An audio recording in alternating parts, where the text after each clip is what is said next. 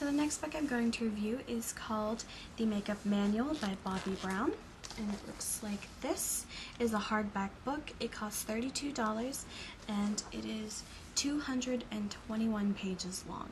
I would definitely recommend this book to probably late teens all the way up to mid-20s and 30s, or basically anyone who is considering the beauty industry for a career path. So I would definitely recommend this book for you. So if you are interested in joining the beauty industry, this book has a lot of information that will be very helpful for you. This book really focuses on professionalism and how to kind of get started with being a makeup artist. Now the whole book is not based on becoming a makeup artist, but it does have a lot of really good information that you would need to know for being a professional makeup artist. The first thing that I really love about this book is it has a list of makeup kits. So it gives you a little, basically kind of like a little checklist on certain things that you should pack in a makeup kit based on where you are going or what its function is for. So it has home makeup bag, everyday makeup bag, evening bag, in your desk drawer, in your gym bag, and for travel. So it looks like this, and it has a list of all the products that you should include in your kit for that specific thing. So for travel, it recommends mini mascaras, lip glosses, a brush roll for travel size brushes, and perfume in mini or compact sizes. So that's a really good thing to kind of help you plan what you need to pack so you don't overpack or you don't forget really important things that you might need or might not have access to. So I talked about this in one of my other book review videos, and it was the makeup expiration date timeline. Now in the other book I didn't really recommend their timeline. I felt like it wasn't very realistic.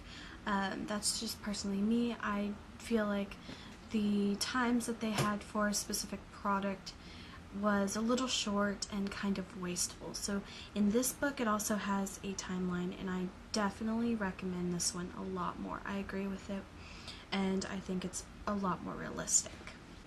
So this book recommends that liquid and cream foundation, concealer, and powder should be kept up till 2 years.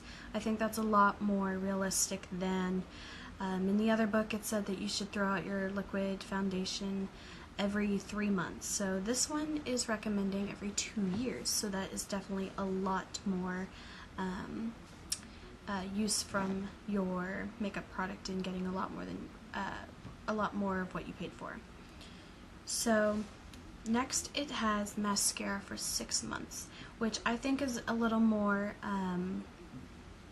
reasonable. Now in the other book it did say 3 months, which I guess I could kind of see, because mascara is one of the products that easily gets contaminated, and bacterial will start to form in it because you are applying it with the brush and the brush is touching the air, so you end up putting the brush back into that back into the container, and it is contaminating the rest of the makeup. So I definitely think 3 to 6 months is a very reasonable amount of time to have a mascara. And also, if you take care of your makeup and you keep it sanitized, you can end up keeping it longer and having it getting more out of what you pay for. Now it recommends that you keep lipstick and lip and eye pencils for up to 12 to 18 months. So that is a very reasonable time.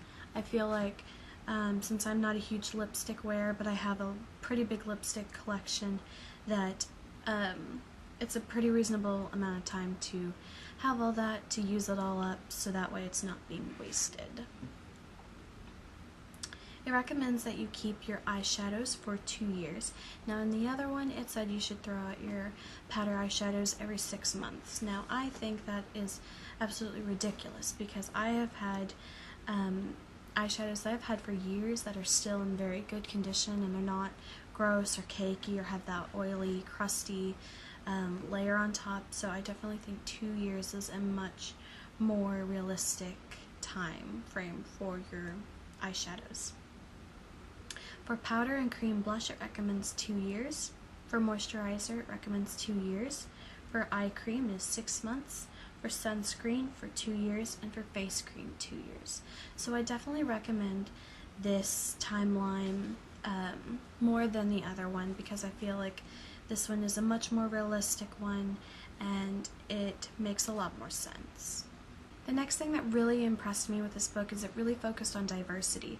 It was not just the standard cookie cutter girl with, blonde hair, blue eyes, and light skin. It goes through each and every different type of girl, and it does not leave out anybody. So it goes through Asian and Black and Latino and Middle Eastern and multiracial, and it definitely gives a lot of information that's very helpful for you based on your ethnicity. So I really liked that they didn't exclude anybody, and they didn't just stick with the cookie cutter type of girl. So back to the diversity thing, it also has another little section on a quick little at a glance type of thing, and it has just tips specifically for you. So it has African American, freckled, porcelain, Asian, Middle Eastern, and Latino. So it gives a lot of quick information like what lipstick would be best for you, and what concealer to use, what undertone color, and a lot of tips like that would be really useful based on your ethnicity. So pretty standard for most makeup books. This one does have a bridal makeup section, so it has the makeup rules and tips and tricks on what to do and what not to do, and it has pre-wedding tips and the wedding essentials and kind of pre-planning things like that. So that's another thing that a lot of makeup books do include. So about close to the last 70 pages of the book is all dedicated to getting into the business and starting a portfolio and different works and different career options, and basically a lot of things that have to do with the beauty industry. So like I said, for anyone who is considering being in the beauty industry for their career choice, this is a really good book for that. It'll teach you a lot of basic things that you should know and things to work on. So some of the advice it has for breaking into the business is always arrive on time, be who you are, practice confidence, don't be afraid to ask questions, be nice to everyone, never stop learning, it's not about you, and love what you do. So it's got a whole bunch of things that would kind of give you an insight to getting started into the makeup industry. It also has a career option page, so if you think maybe that's for me, maybe this is what I want to do, but you don't know what specific path you want to take. It has department store counter, bridal, beauty salon, television, film, TV commercials, print, video, live performance, and fashion show. So it gives you a little description of how you would be using your beauty skills in that particular job field. One of the biggest tips I find from this book is developing and stocking the professional makeup kits. So if you are going to be a professional makeup artist, you have to have a very large kit, because you never know what you're going to need, and you need to have enough things to apply to a ranging variety of skin tones and undertones and lip colors, eyeshadow colors, eye colors, things like that. So here is a picture at a glance of a pretty basic professional makeup kit.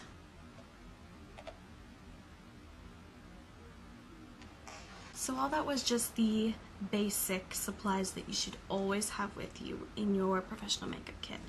Skincare, foundation palette, lip and cheek palette, eyeshadows, full brush kit, lip liners, lip glosses, bronzer, gel eyeliner, mascara, and eyelash curler.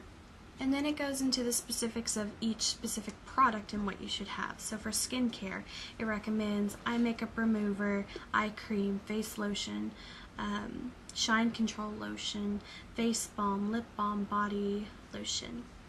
And for concealer, powder, and foundation, they recommend having 5 shades of corrector, at least 10 shades of concealer, and 15 shades of foundation, 4 to 5 shades of tinted moisturizer, and 6 shades of loose powder. So just in those two realms right there, skincare, concealer, foundation, and powder, that is a lot of products that you're going to need, and that's just with two different types of things.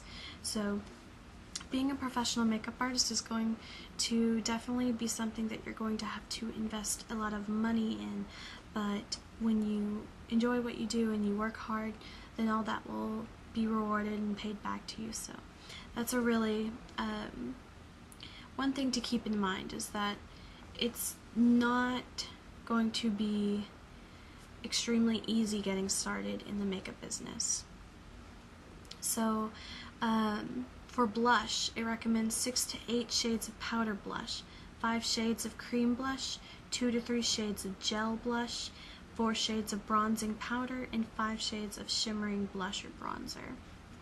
For eyes, 4 shades of all-over color, a wide range of shadows, 3 to 6 shades of shadows used as liner, 12 shimmery shadows, 6 to 10 bold, tinted, and clear gel brows, brow pencils, eye pencils, gel eyeliner, black and dark brown mascara, false eyelashes, eyelash glue, and then to lips, it goes to 20 different shades of colors. So ranging from pale beige, pink, light orange, bright pink, darker, deeper colors, and then it recommends 10 shimmery lipsticks, 10 lip glosses, 10 lip pencils, and cream-based color wheels for blending. And then for tools, it recommends a complete set of brushes and a brush roll, spray-on brush cleaner, disposable makeup sponges, cotton swabs, cotton pads, tissues, tweezers, eyelash curler, baby scissors, disposable mascara wands, and water spray bottles.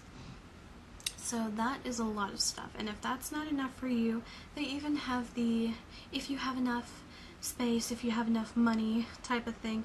So these are the essential extras that they recommend having. You always need to have hand disinfectant, because you have to keep things sanitary when you're doing other people's makeup, especially if you're doing multiple people's makeup at once, whether you're doing a fashion show or maybe a bridal party and you're going to be doing a whole lot of people's makeup, you have to keep everything sanitized. So it also recommends baby wipes, mints, baby oil, eye drops, nail polish remover, extra Ziploc bags, hand mirrors, and business cards. So things like that are definitely a lot of things that they recommend that you would need for a professional makeup kit. Whew, it's a lot.